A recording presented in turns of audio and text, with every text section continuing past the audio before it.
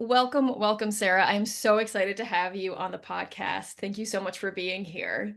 Thank Why you for don't having you, me. Yeah. yeah, start a little bit with who you are and what you do, and then we'll dive into all the details and maybe a little bit of how you got into what you do as well. Definitely. So, my name is Sara Mercier. I'm a registered dental hygienist and I'm an orofacial myofunctional therapist. And not many people know what that is, but that's why you're here today. And we'll go over that. So, I am a dental professional, as I said, and going down the rabbit hole of airway medicine and dentistry is how this all started. Funnily enough, I'm a patient of myofunctional therapy, orthodontics, airway medicine, just like all my clients and many of my followers, on social media. So it really is very personal for me because I know what it feels like to, be a child with these issues who then slips through the cracks and becomes an adult with these issues. And luckily, I feel very fortunate that I'm a dental professional and I just happen to dive into this world and be able to not only, help myself, but help other people as well. So that's really how I got started and kind of my background.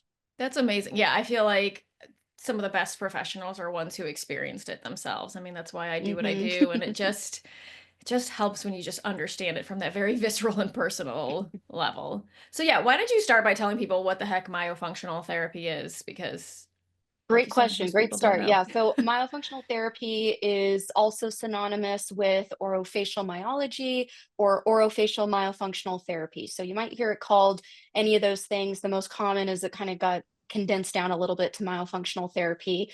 But you'll know all about this because you are a PT, you're a physical therapist. So, you work on the function of muscles and tissue and how that, affects the skeleton and the whole body system. So, orofacial myofunctional therapists, we're focused on the muscles and the function of the mouth and kind of the face. I kind of say, like, in this upper region, from forehead to kind of neck area. And we're not, most of us are not physical therapists. Most of us are speech language pathologists or registered dental hygienists like myself. There are some OTs, occupational therapists, physical therapists as well, but the majority of myofunctional therapists are SLPs or RDHs. So we really have that extra special training in head and neck anatomy. I mean, as a dental professional, that's boop, that Yes. is our area. That's what, we focus on. So it's really important to look at the muscle function, look at what we call proper oral rest posture. Funnily enough, it's actually important. Where does your tongue sit in your mouth? How do your lips move? How do your cheeks move? How does your tongue move? That can affect your sleep. It can affect your airway, how you breathe. It can affect your nervous system. It can affect orthodontic history, needing braces, not needing braces. So, myofunctional therapy, we work with the goal of achieving what we call proper oral rest posture, which is the tongue should be lightly suctioned to the roof of the mouth. And I tell all of my clients it should be lightly suctioned on its own. So if you feel Mm. like you're exerting force to have to get your tongue up to the roof of the mouth, that's a red flag that there may be some what we call tethered oral tissues like a tongue tie that's involved that is keeping your muscles from moving properly how they're supposed to. So the tongue should be lightly suctioned to the roof of the mouth. The lips should be gently closed at rest, and you should always be breathing through your nose. That goes for when you're sleeping, when you're awake, even when you're doing physical activity, unless you run like a mile. And then at a certain point, you're going to have to let more of that carbon dioxide out and get more oxygen in. But for the most part, like if you're lifting weights at the gym, if you're playing a sport intermittently, like football, where you have a break in between, you should be able to do that activity fully with only nasal breathing. And most people say, "What are you talking about? That'd be Yeah. impossible for me to do." So that's really the goal of myofunctional therapy, what we're trying to do.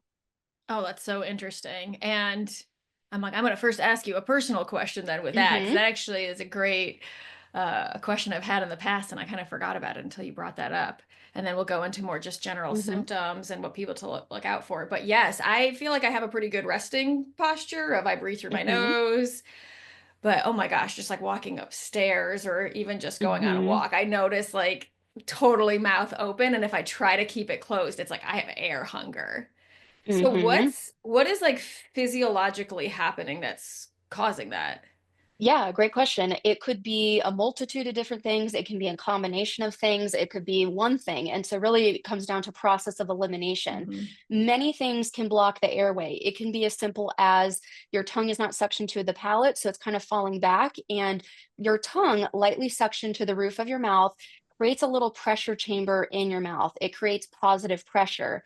You may have heard of a CPAP, which people use if they can't breathe while they're sleeping, and CPAP stands for continuous positive airway pressure machine. So that Mhm. CPAP machine is creating positive pressure in your mouth and in your airway to open it. Your tongue is supposed to be your body's CPAP, and also during the daytime, not just when you're sleeping, but the daytime. So if your tongue is not in the right posture, you're not creating that positive pressure that opens the airway. You may even feel like, oh, your airway's a little restricted. It could be. Your tongue could be falling back during the day or at night and actually blocking the airway. And so you're not getting as much air in through the nose as you would if you open your mouth to breathe in. It should be just as easy for you to breathe through your mouth as it is to breathe through your nose, and vice versa. So if you feel like, oh, I feel that air hunger and I'm not getting enough in through my Mhm. nose, we need to say, wait, why? Could you have maybe a deviated septum? Could you have enlarged turbinates, the pieces of tissue in the nose that can get inflamed? Do you have enlarged tonsils, adenoids? Maybe your tongue is in the right place, but you got Mhm. hit in the nose and you have a deviated septum. Well, in that Mm. case, we can't myo your way out of a deviated septum. That's why we work with a team, right? So that would be an ear, nose, and throat doctor, an ENT. We'd say, hey, I'm working on the tongue posture. I'm trying to teach them to breathe through their nose. We got to physically make it easy for them to breathe through their nose, or they can't. So there could be many reasons, could be multiple of those things we just discussed going on that makes it harder to breathe through the nose than through the mouth. Oh, that's so fascinating. Thank you. And Mhm. let's just even connect like the obvious here of it's like why is it important to get air in, right? And I think sometimes we skip over that piece, but it's like we got to Mhm. get oxygen in, and I'm sure you can speak to the importance of that even more so about what happens if we aren't. Definitely. And so even like just talking about respiration, just talking about the air and breathing, right? Because there's other things that we'll get into, but respiration and breathing in air, when you mouth breathe, you don't create nitric oxide. The only time you create nitric oxide is in the nasal cavity when you breathe air in and out through the nose. Nitric oxide helps get oxygen into the red blood cell. It's a natural antimicrobial, it's an antibacterial. So if you're breathing through your mouth, first of all, you're not making nitric oxide, which is good for your vascular system, but you are also now just having all of these pathogens from the air and allergens, pathogens, everything go straight into your lungs, straight into the upper respiratory tract, which is not healthy, right? But when you breathe through your nose, it's a filter.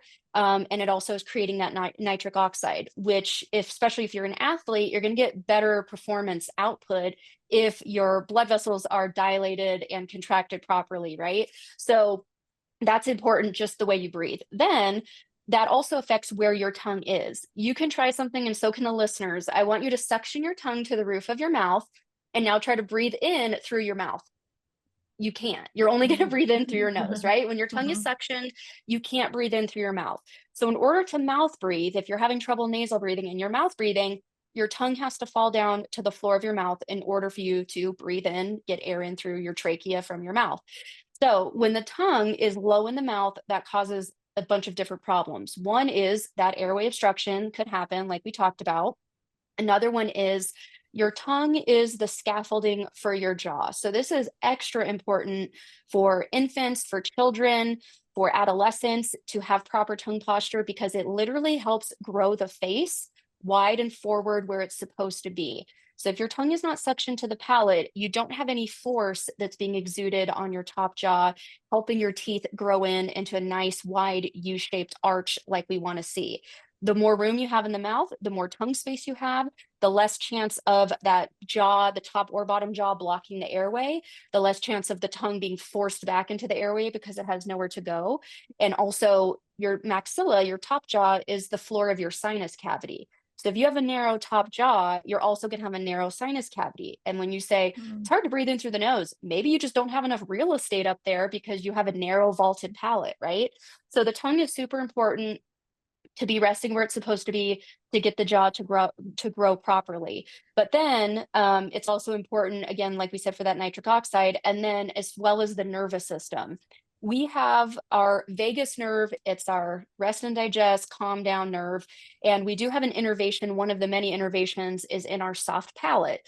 When you suction your tongue lightly to the roof of your mouth, and this is a problem for a lot of people with tongue ties, is maybe you can get the front half or third of your tongue up, maybe even 2/3, but the very back third of the tongue that's in the oral cavity doesn't reach the soft palate. And so you're not activating that vagus nerve innervation on the roof of the mouth, telling you to calm, to rest and digest. So it can also cause some nervous system dysregulation because now we're breathing Mhm. inappropriately, which stresses out our nervous system. We talk about meditation and breathing. Why? Because breath is directly connected to our nervous system. So the tongue really plays a huge role in all of those different things. Mouth breathing is not going to give you the same results in any of those capacities like nasal breathing. Oh, it's so fascinating. And really that connection with the vagus nerve is where I really kind of started going Mhm. down the rabbit hole of this and finding it because a lot of my work with chronic pain is based on Mhm. nervous system regulation. And I think the first time I saw this connection, but totally had no reference point at this time yet, was I had a patient who he was a guy and he had all kinds of chronic pain and he had horrible congestion, like really inflamed sinuses Mm. all the time. And he would only mouth breathe. And it just Mm. became so obvious how much tension it created. And I was like, I got to the point where I'm like, dude, I don't know what to do with you if you can't breathe through your nose. Like Mhm. everything we're doing felt so pointless. So I just was like, look, I need you to go, yeah, see an ENT, go. I was like, I didn't know anything about myofunctional therapy. I have no idea what I couldn't Mhm. even tell you what his mouth looked like at this point. But I was like, I just need you to be able to take a breath through your nose. Cause it's like he would just Exactly. had been mouth breathing for years and the amount of tension in his body was just, I bet. And and then it then, becomes yeah, a go ahead. habit, right? So it Yeah. becomes a habit where Mhm. part of it is necessity, and same thing with myofunctional disorders, where part of it is, oh, well, my tongue's going to be low in my mouth, and maybe my mouth is going to be open, that open mouth posture, because I need to breathe. But then it gets, you know all about as a PT, you're a specialist in neuromuscular, Mhm. education and re-education. So that nervous system has now created a habit. So not only do we have to fix the anatomy, but we Mhm. also have to fix the brain function of that habit that's been formed, right? It's so interesting. So I didn't actually tell you this. My son just got a tongue tie surgery at the beginning, about a month ago. It's actually a Oh, month yeah. today. Partially because I've just, gone down rabbit holes. Mhm. Like he was right on the edge, Mhm. but he had some speech issues and he's got ADHD. And I was Mhm. like, honestly, I think I'm more doing this. He's at his face, he's 7. So when he's Mhm. really little, so he's still growing. And I was like, I think I'm just at this point doing it prophylactically to make sure that his face Yeah, no, that grows well, properly if he's yeah. Well, he already has symptoms, right? We're talking about breathing and speech. yeah. Those are already reasons enough. Yeah, and so but it's interesting because since he's had it, I actually feel like his he has his mouth is open more, and Mhm. he's like he does this with his tongue because he's got a lot of I mean, I think he Mhm. has other core and like neuro stuff going on. I think it's like a Mhm. sensory thing, but I'm like, oh, I almost feel like his tongue has more mobility now. Oh, That definitely. it's Yeah. like now it's the retraining Right. of okay, I know that you Right. know how to keep your mouth closed, and now that you have more access to motion, Right. now you really have to learn how to keep your mouth Exactly. it's kind of Right. funny because I'm like, I don't want to give him a Mhm. complex about it, but I'm like, dude, close your mouth. No, yeah. And that's why we always talk about it's super important to do, myofunctional therapy before any release so that we can get Yes. the body ready and make sure we get the best, results possible, make sure the doctor can access all the deep fascia because right now Mhm. it's in weak muscle if we don't do myo first to get it Yeah. strong. So once we get that tongue strong, it can elevate better, the doctor can do a better surgery, and then we're going to get better healing after. And just because you do a tongue tie release doesn't mean your tongue is magically going to know what to do. I tell people, what would happen if you were born and congenitally, like your upper arm of your right hand was connected to your side? Like you had a webbing of Mhm. skin, a webbing of tissue, and you could only use like your forearm. You would have learned how to do different things and how to Yeah. pick things up and how to move your hand and dexterity. You would have learned something completely different. And then now, as soon as we cut that skin, first of all, you're going to have to rehab, especially the upper arm that has no muscle tone because it's never really worked properly before.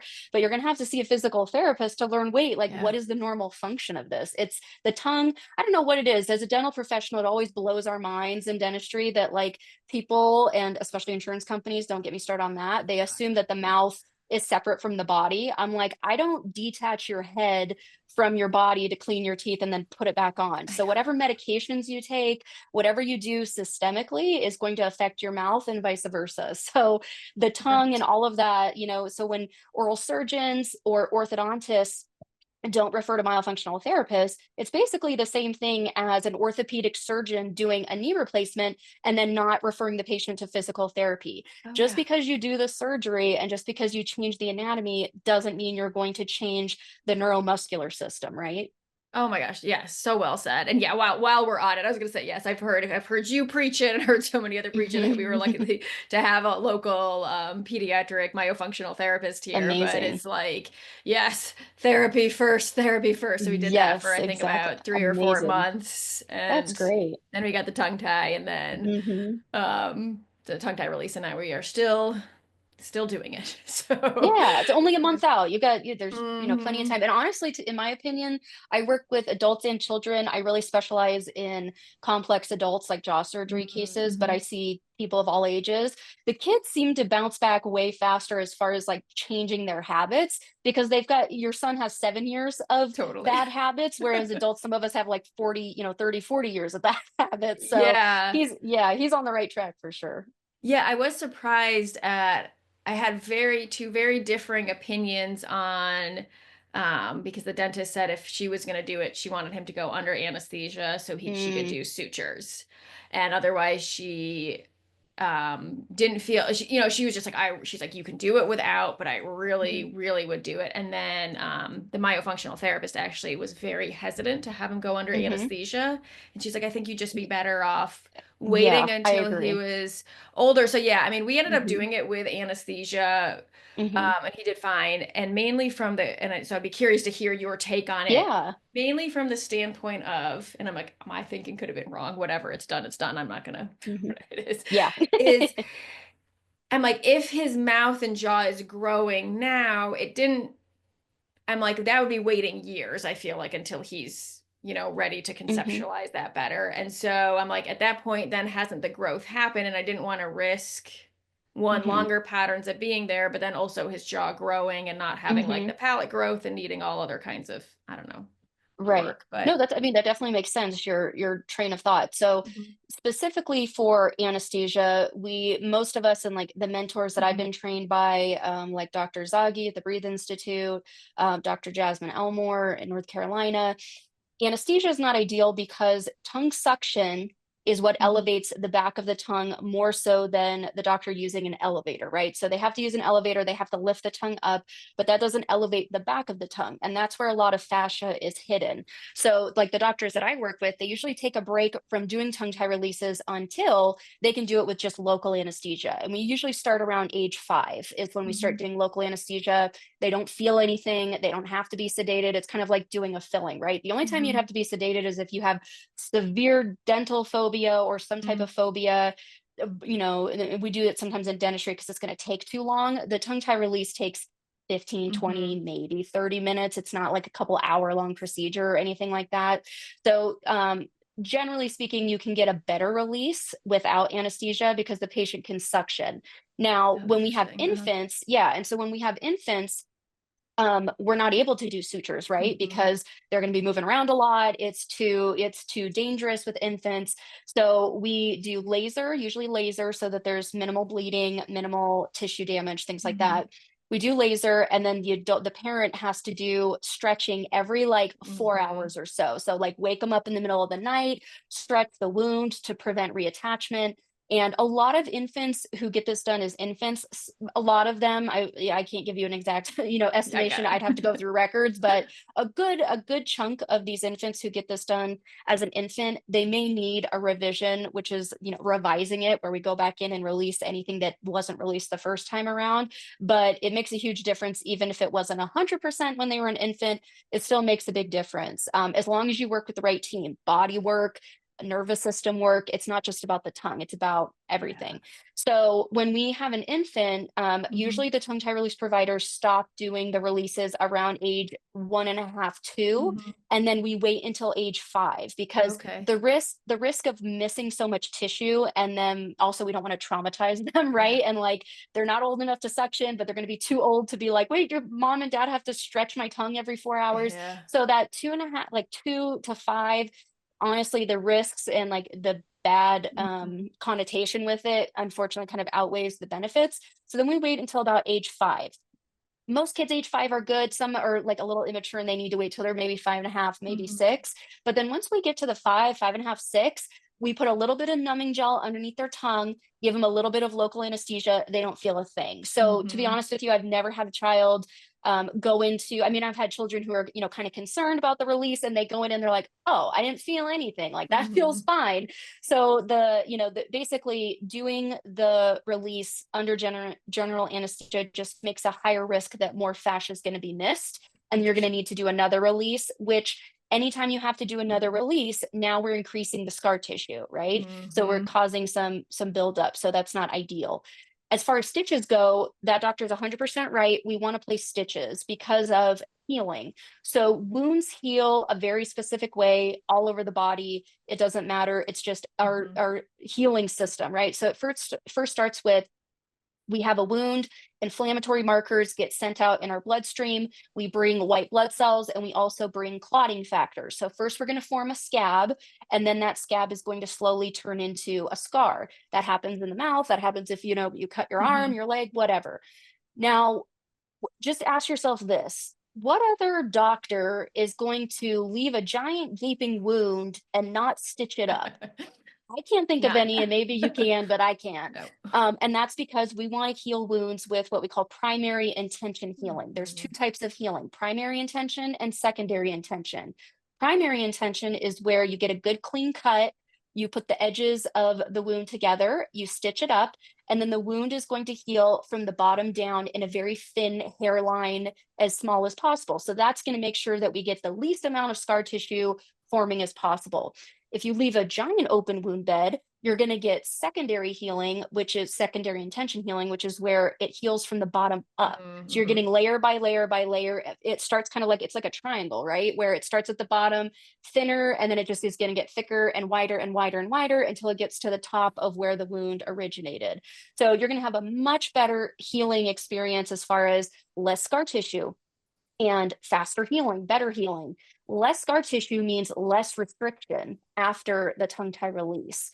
Especially people, I myself have hypermobile Ehlers-Danlos syndrome, and I Mhm. work with a lot of hypermobile people, and we have connective tissue problems. It's a connective tissue disorder. Scars are connective tissue. So especially with people who know they're double jointed, they're hypermobile, they have EDS, they have HSD, something like that, you always want to place stitches because we can't afford to allow that connective tissue to thicken beyond what it probably Mhm. is already going to do for us. Mhm. That makes so much sense. Yeah.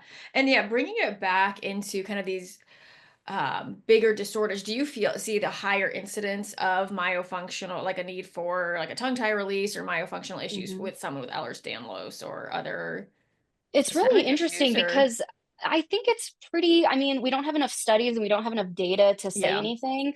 I feel like not every single person with tethered oral tissues like tongue tie and myofunctional disorders, not every single person who has those disorders is hypermobile, but the majority of people who are hypermobile have those Mm, problems. And why gotcha. is that? Couple reasons. One big reason is hypermobile people, EDS patients, are more likely to have one of two variations. Either they don't have a frenum at all, which is unusual. The frenum is the piece of skin underneath the tongue.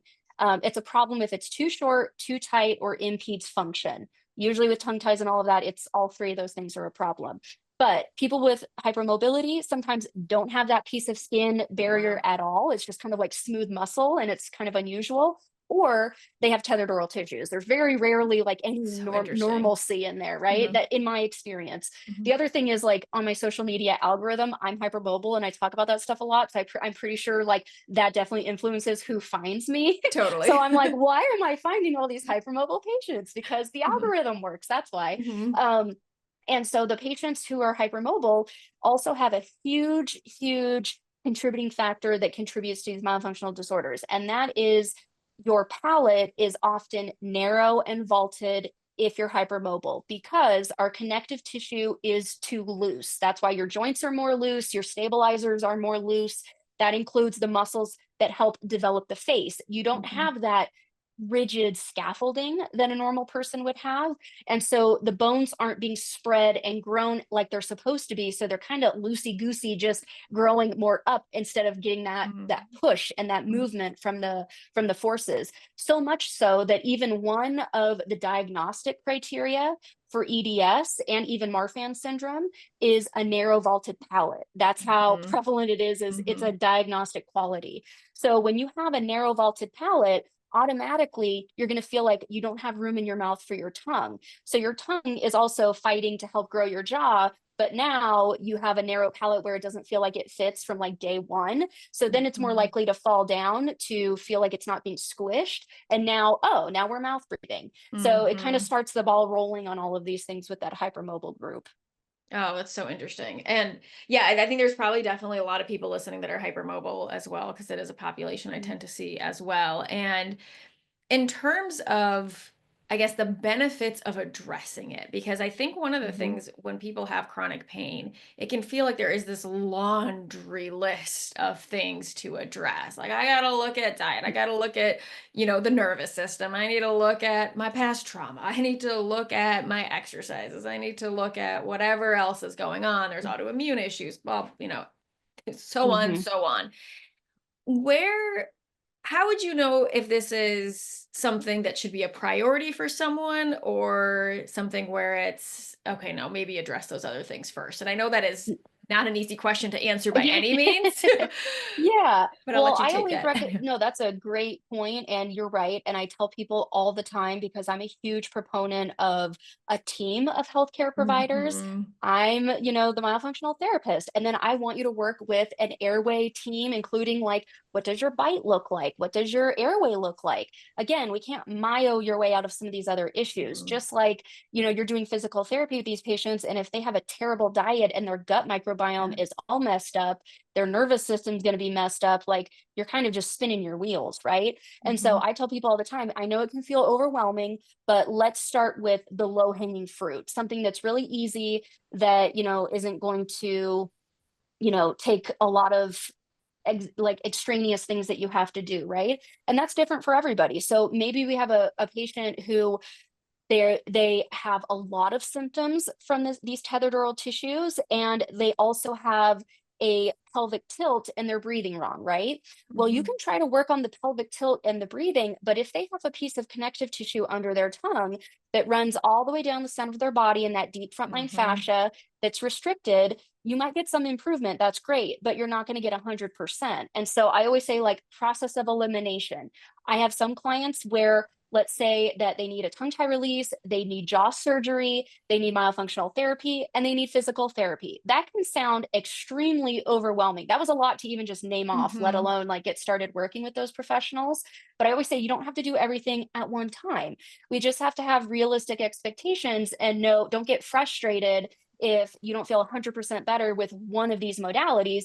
We know you're not going to feel 100% better with one Mhm. modality. If you have a pelvic tilt and you're breathing wrong, but your neck hurts, I mean, sure, you can do some neck PT, but you know that you're going to have to work this patient on their breathing and their pelvic tilt, or that's Mhm. connected to their spine, which is connected to their neck. So it's a Exactly. no brainer and it's no mystery why it's not working 100%. So don't get discouraged. Don't get frustrated. Just know, okay, I did one of those things. Now we're on to the next on the list, right? Mhm. And so I think that's the biggest thing, is just not feeling so overwhelmed with you have to do everything at one time, but just celebrate the little wins along the way and know that, at least there's an answer. My biggest concern, even as Yeah. a patient myself, is nobody knows what is wrong with me and I know something's wrong. That's a much bigger issue, in my opinion, than knowing what's wrong, knowing how we can address it, and we just haven't done it yet. At least you know like what the Mhm. game plan is, right? Totally. And are there any, for somebody who doesn't have like very obvious dental issues or like they're like, well, I can close my lips, I can breathe through my nose. Do I? I don't know. Mm-hmm. I can't tell if I feel like I fall into that where I'm like, I don't know if I've Mm-hmm. never gotten evaluated. I don't know if it's too short or if I have a tongue tie. Mm-hmm. Mm-hmm. And I have like other vague symptoms, right? I'm like, well, my hips are always kind of tight, and I do, Mm-hmm. PT and stuff for them. Or, I Mm-hmm. have a lot of nervous system dysregulation. That's why I do the work I do. Um, it's like, do you find the degree of obvious mouth symptoms that you would see correlate to the degree of other symptoms? Does that make sense? Yes, it does. And the short answer is usually, sometimes, Hmm. like not always, but usually. And honestly, now that I just answered you probably too soon, because now that I'm That's thinking okay. about it, I'm like, honestly, you know what? Like, we can look and say, oh, your tongue is restricted, but it doesn't look that restricted, right? Just Yeah. like you could look at a really hypermobile person and you're like, oh, you're super hypermobile. I'm surprised you don't have any pain. And then you can look at somebody who has, more on the lower Hmm. end of the spectrum. I guess the answer is it's a spectrum, right? And so you can look at somebody lower on the end of the hypermobile spectrum and they're in a ton of pain. And you're like, why are you in pain? But you are super bendy and you're Yeah. not in pain, right? There's so many different Hmm. factors that go on, including like, do they have POTS? Do they have nervous system dysregulation? Do they have mast cell activation syndrome? There's so many other factors. So, for example, some things I even have, if anybody's interested, you can go to my website, Hmm. revealmyotherapy.com, and the first thing that pops up is a questionnaire. Do you suffer from any of these symptoms? And if you answer yes to a certain number of them or so many of them, it's going to tell you, it's going to pop out an answer like, you probably aren't a candidate, or yeah, you're a candidate for myofunctional therapy. Things like, do you wake up tired? Do you get tired during the day? Do you need coffee in the middle of the afternoon to stay awake? Do Hmm. you snore? Has anybody said that you snore? I've had some people be like, oh no, I don't snore. My spouse, my partner would have told me that I snore. And I'm like, but both of you are sleeping. And they're like, Yeah. oh. And I'm like, okay, so if you're choking or snoring, if it's not loud enough to wake the other person up, you guys are Hmm. both like, it's like the blind leading the blind, right? So the Totally. question is, how do you sleep? As far as, what do you feel like when you wake up? Do you feel Hmm. well rested? Do you feel like you can take on the day? Or do you feel like, oh, I definitely could sleep more if I wanted to? Or like, I feel like I just ran a marathon last night in my sleep. Maybe you did because you were choking. So unless you've Hmm. had a sleep study to say that you don't have any airway obstruction or any type of sleep apnea or upper airway resistance syndrome, anytime you wake up tired, not well rested, you feel like you could sleep more, that's a huge red flag. Something's going on, something's not right. Also, do you have neck and shoulder tension? Do you have chronic allergies? Do you have chronic postnasal drip? Do you have to frequently take medication for allergies? Do you have indigestion issues? Do you get gas and bloating? How you chew your food and how your tongue moves and how you swallow is going Hmm. to affect how you digest your food, as well as, did you swallow too much air instead of no air, which is how you're supposed to do it. So there could be symptoms that people have no idea are directly connected to their myofunctional disorders or their dental disorders. And that's where it stems from.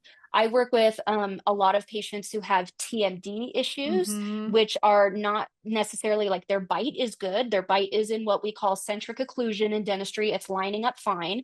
Their TMD is due to muscular reasons, as well as, maybe they're a mom who's had 3 kids, they've never done pelvic floor PT. Your Hmm. pelvic floor is directly connected to your jaw. And then I look at their tongue, I'm like, well, no wonder why. Let's worry about let's fix those Yeah. things and then see how you feel. It's funny that you mentioned that your hips are tight. I actually have a client of mine in the past. She is a PT. And so I saw Hmm. her and her son, and this PT was getting back surgery. She had a history of back problems and her back was tight, her hips were tight. And so she was having another PT colleague of hers treat her.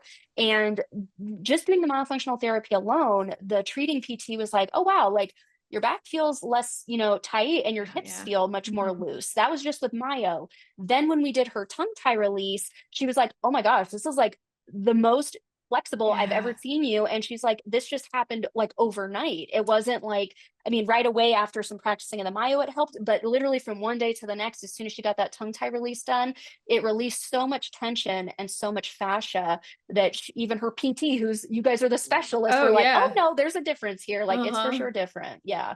That's so cool. Yeah, that's where I have a friend who got it done as an adult, and she had all these like neck issues and whatnot. I can't remember the exact reason she even went Mhm. down that rabbit hole, but she said she like literally woke up the next morning and her hips were like, she's like, I've never, So and she does open. fitness stuff, and so she was like, Uh-huh. I've never felt them so open. Like it was just, and I was Mhm. like, oh, that's so, it's nuts, and it's Makes frustrating. sense, It's right? probably, it makes sense, and it's Yeah. frustrating because then it's like, oh, like as a PT, I'm like, I never want to be working. I always have like a, a thing of I never want to be doing a treatment on someone that is kind of not pointless, but like, oh, Right. like if they could just do something else You're and get missing a better big piece of the results, right? I puzzle. never want to Yeah. miss a piece. And it's like now I know like this much about Myo, and I'm saying a Mhm. tiny but where it's like dangerous because then I'm like, oh no, like I have someone with cervical pain and I'm like, I can see that your tongue is all kinds of, not moving right. So I'm like, oh gosh, like I don't want to like keep you in PT if what you need is myofunctional therapy, but I don't yet know. Usually, honestly, Yeah, usually they need both, to be honest yeah, with you. And that's I always say, helpful. like,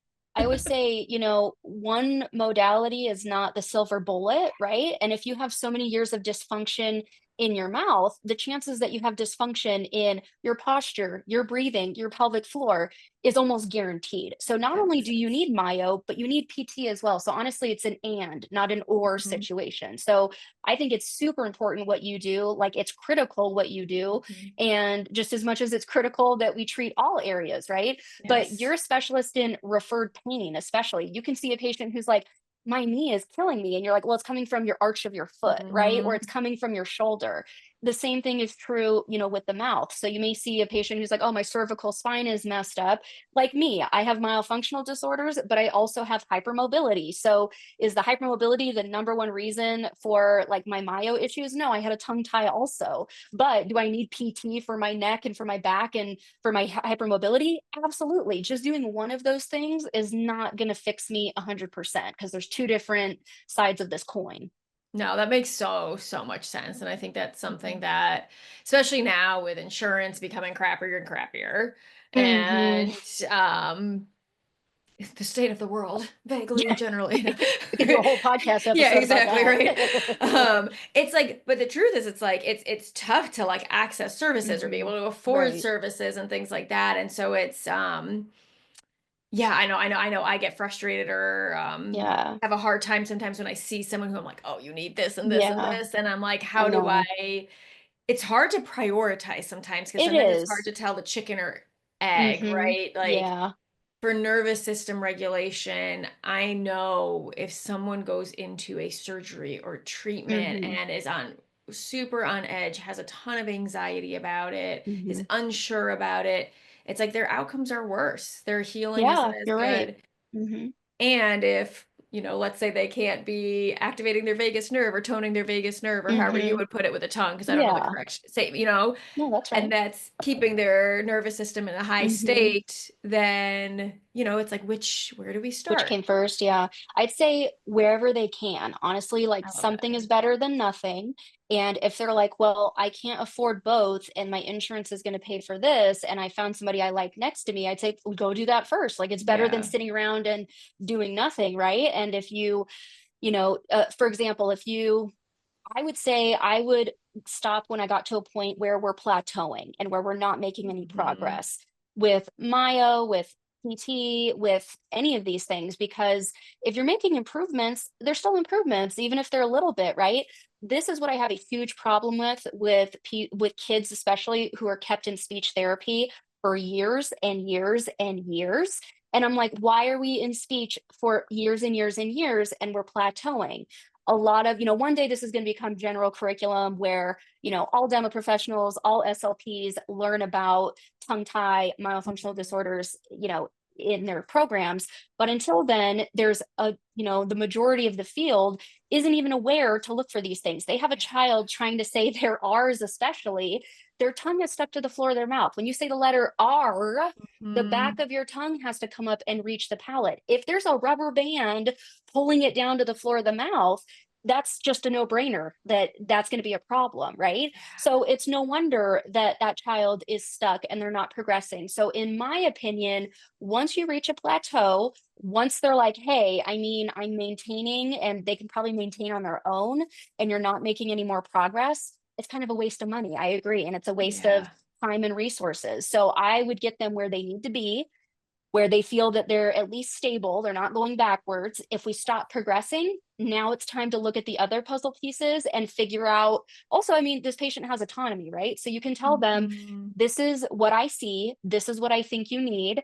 I tell my patients all the time, and I tell my Yeah. clients all the time, I'm not here to waste your money. I'm not here to waste your time. And for myofunctional therapy, the way I do myo is different than some other therapists who have a Mhm. schedule. The way that I do myo is I give my clients some exercises. I teach them how to do them. I monitor them. I do all virtual myo, by the way. So I send them like a myo kit of all the Mhm. tools and supplies we're going to need, but I make sure they're doing the exercises correctly. And then they practice those exercises at home until they've mastered them. So maybe I have an exercise where I want them to do 20 repetitions. We start, they can only do 3 or 4 correctly, Mhm. and then their form suffers. So I say, stop. I want you to do 4 correctly. That 5th one that's getting sloppy, stop there. I tell people it's just like the gym. You have to have correct form, just like PT, you have to have correct Mhm. form or you're not working the right muscles. So I'll give them that exercise and I'll say every day, try to add in 1 extra repetition or 2 and work your way up as you get stronger, as you practice. Just like the gym, you're going to be able to get up to all of those reps. Once you can, now we're ready to meet again and do the next level. Mhm. Mhm. So, and that's just my personal experience of the best results possible. And you cannot possibly graduate from my Myo program without having achieved proper tongue posture, proper swallowing technique, and all of those things. The only thing that really differs is, let's say you decided you don't want to do a tongue tie release. I'd say, well, hey, you're never going to achieve the back of your tongue floating up, but Mhm. you can suction it up. You just have to be aware of it 24/7. And that's not how it should be, but it's better than nothing, right? And if they're Totally. okay with that, they're okay. I'm not here to tell them you have to do a tongue tie release. Even just knowing where to keep your tongue is going to be beneficial. Is it going to be 100%? No. And as long as you're very upfront about that, in my opinion, like that's the most ethical way and the Mhm. most helpful way to do it, is to share with them. I tell them, you're going to need PT. You have to relearn how to breathe. Maybe your neck and shoulder tension will go away Mhm. 60% when we do your tongue tie release. And you're going to say, well, what about the other 40%? Do that PT work, and then you're going to be chipping away at that stone, right?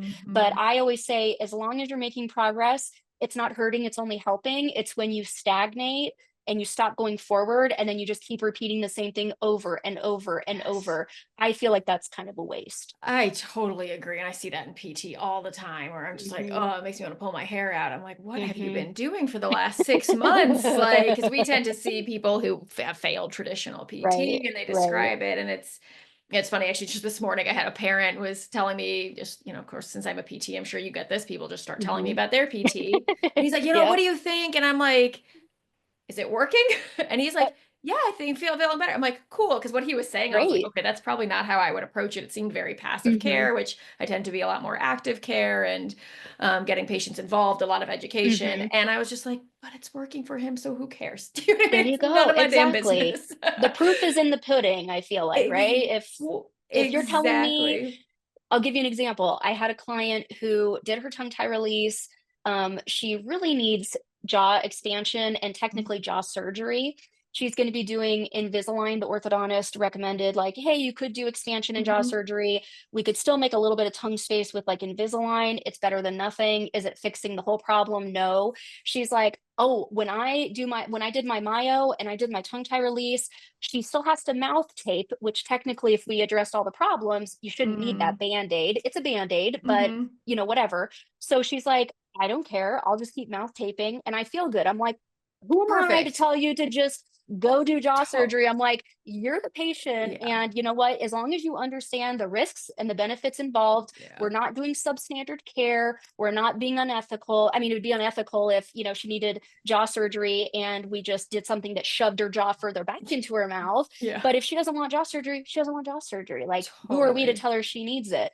But she feels fine. So I'm like, if you want to spend money on Yeah. mouth tape and you know that's not ideal, but it is what it is and it helps you feel good, I'm behind you 100%. Yeah. Yeah, very, very similar. I love Hmm. just the education, the understanding, and then it's like Hmm. ultimately the person has to make the choice that feels right for them. And Right. they can always make a Do different no one in the harm, future. in my opinion, like Yeah. do no harm. Also be upfront and honest. And then if we again are like hitting a plateau, then don't keep charging them money to just waste Exactly. their money. And I feel like that's the most ethical, honest way to go Yes. about it. Absolutely. I know. I'm like, I don't know how people see somebody without like seeing constant improvement because I'm like, I Me cannot neither. sleep I'd be at like, night. I'm this like, isn't ah, working, right? yeah, exactly. Yeah. Speaking of honesty, one of the things that I absolutely love about your Instagram is Sarah does these like celebrity analyses of their Hmm. myofunctional therapy. And I just feel, honestly, I feel like I've learned so much from them and it's just fascinating. And now I'm like, you must walk around all day just looking at people because I used to look at people's gait and I'm like, now I Yeah. just look at people's mouth. I don't understand what I'm seeing, but I'm like, ooh, that's not right. Yeah. Um, Hmm. and one, they're super educational. I think they're really, really fascinating. But what I found fascinating is in the comments to see how upset people get about this because people are upset that it feels like you're picking on their appearance. And I think we really are living in a culture more and more where it becomes harder to just say facts and be honest and that they're not a judgment. It's just like a, hey, here's what's affecting you. So I don't know if you want to speak to that and Yeah, that kind of why you was chose to such a do great, that. Yeah. yeah, that's such a great point. Well, first and foremost, I am a dental healthcare professional. I'm looking at the mouth all day, every day, myo regardless, right? So that Yeah. was already my specialty. Now it's just honed even more where I'm kind of like broadening the scope a little bit. But I was always looking at the mouth, right? Mhm. And I feel like my takeaway from it is there's something that I notice is the mouth is on the face, right? And so if I were to say like, oh, this person's fingers are longer than usual, and they also have really, they have long, skinny limbs. Hey, that looks like it may be like Marfan syndrome. Mhm. I don't know if anybody would be, oh, I'm sure of course somebody would, but like, I don't know if a bunch of people would be Mhm. as upset about that as me saying they have a long, elongated face shape, which we call adenoid face. I feel like people take that more personally because Mhm. the face is such a personal Personal, yeah. subject, I guess. I mean, I understand that. I think a lot of it too comes from fear, and I think a lot of it is projection. So, this is very interesting to me. I'm neurodivergent as well. I am Mhm. slightly on the autism spectrum, which is 100% why my personality is the way it is. I'm just very blunt and straightforward as it is. That's how I talk. That's how I talk to people I know. That's how I talk to people I don't know. To me, and this is kind of getting into the weeds a little bit, to me, being upfront, being honest, being direct is being respectful because I'm not trying to sugarcoat. I'm not trying to beat around the bush. I'm not trying to play a game with you. I respect you enough to be straightforward with you. You're an adult. I expect that you don't need to be BS'd basically. Yeah. And I realized like over the time, I'm like, that's literally what goes through my mind is disrespectful. I feel like it's disrespectful to insult your intelligence by not being straightforward. That's how I feel. So I Mhm. think a lot of this also comes with intention. I know what my intentions are, and my intentions are good. They're all they're about is education. I think somebody could be gorgeous. Some people will say, you're talking about all these mild disorders and they're still beautiful. And I said, I never said they weren't. Like Yeah. you can have a different shape of teeth or you can have a narrow palate and people still find you attractive. I mean, I was actually interviewed for an article, an online article, and they talked about rodent men. I don't know if you've ever heard of that, where there's like a fad going around of rodent men.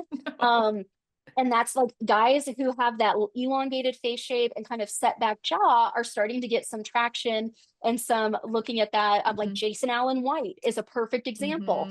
He's Mhm. got that rodent face look. I didn't name it. Don't come for me. Yeah. Like that's what it's called. But people are like saying, oh, they're so hot. They're so, Uh-huh. attractive. And I'm like, I never said they weren't. Even if that's not my cup of tea, we're not talking about appearance here. We're just talking Yeah. about medical facts.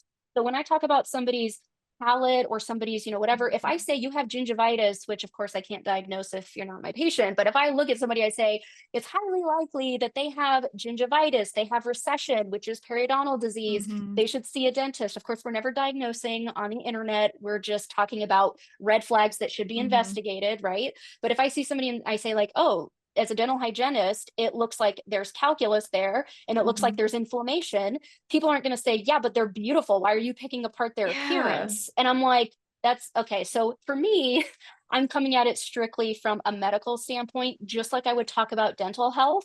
But I think it's because it's the face, it's a little bit more touchy of a subject. Mhm. And then when I go to people's profile picture who comment things like that, I'll notice many of them have the same issue. So That now makes they feel sense. either Mhm. personally attacked or they feel insecure about it, and now Mhm. they're projecting, and now I called somebody ugly, which never happened, but to them it felt that way. So I'm not discounting their feelings. That's just not the truth of the matter of where the intention is. But at the Mhm. same time, I have people who reach out to me all the time from social media. That's where 97% of my business comes from. People reach out to me on social media.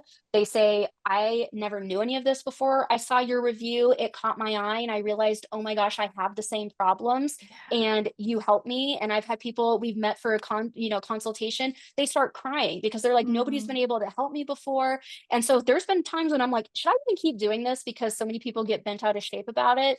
But it's those patients who tell me, I am so glad that you did this because I never got that information before, and now I was able to help myself. So that's why I do what I do, and I'm a patient myself. I'm a patient Mhm. who looked and I've done my own myo review where I talk Yeah. about my face. I'm like, I'm not Mhm. perfect. I have myo disorders too. Mhm. And then also when we look at the patients who wouldn't have seen it otherwise, I mean, the in my opinion, the benefits outweigh the risks of getting people upset. I think so. Yeah, keep doing what you're doing. I Yeah, mean, thanks. I personally, know. I love There's it. been I some think times where I'm yeah, like, is it like, am I wrong here? And I'm like, because I know where my heart is and I know like what I'm yeah, saying and what I mean by it. And I just want to help people. And I know that I'm not doing it maliciously. I'm not talking about, somebody's weight, somebody's this, somebody's that. mhm, It's literally bone structure. And half the time, and people are like, well, they can't help it. I know they can't help it. That's why they are where they are. And that's why they need our help because this is no fault of their own in any way, yeah, shape, or form. It's not their fault. So I think some people get defensive thinking like, oh, you're telling me that I'm wrong, I'm bad. It's nobody's totally. fault. We just have to, medically address. It's not anybody's fault. We have a random patient who out of the blue gets cancer. It's not their fault, but we still have to treat Yeah. it. Yeah, yeah. I think people, and I notice it in PT, even if I just say something like, "Oh, this side is weaker," or, there, it's like I have to be really careful, or, like once I get to know the person better, I can kind of gauge how I can say things. But I definitely notice people can take things very personally as if it's like Hmm. some moral failing that they did. Exactly. Right. And I just always try to be like, yeah, you and 99% of people have, don't know how to Hmm. breathe or Right. things like that. So yeah, I love that you pointed out. I think it brings awareness. And personally, Hmm. I love seeing the way you answer people in the comments. I feel like it Thank you. I appreciate cracks that. me up and is like, I'm like, go you. I try to Uh, insert yeah. a little bit of humor in it just to keep us not in the weeds. But I feel like I never comment on your stuff. So I'm totally that like person who I just like rarely comment on anyone's stuff. And I'm very entertained and very grateful and very educated by it. So Oh, thank you very yeah. much. So where can people find you if they want an assessment? Because I know you do everything virtually and myofunctional therapy Hmm. does beautifully virtually, as I've heard and we've Yes. experienced ourselves. So Hmm. yeah. Yeah, it's great. Thank you. So I can be found on social media. My handle on Instagram, TikTok, Facebook, everything is at healthymouth_healthy life. Or if you look up Reveal Myotherapy, I'm there as well. And you can also go to my website. Like I said, there's that questionnaire you can fill out to find out, are you a candidate? There's an FAQ page of what is myo? How long does it take? Do you take insurance? Like all the common questions that we get is at Reveal Myo therapy.com. Awesome. And I'll link to it all in the show notes. Thank you so, so much, Sarah. This was so, so helpful. Thank you so much, Dr. Andrew. It was great to talk to you. Have a good rest of your day. You too.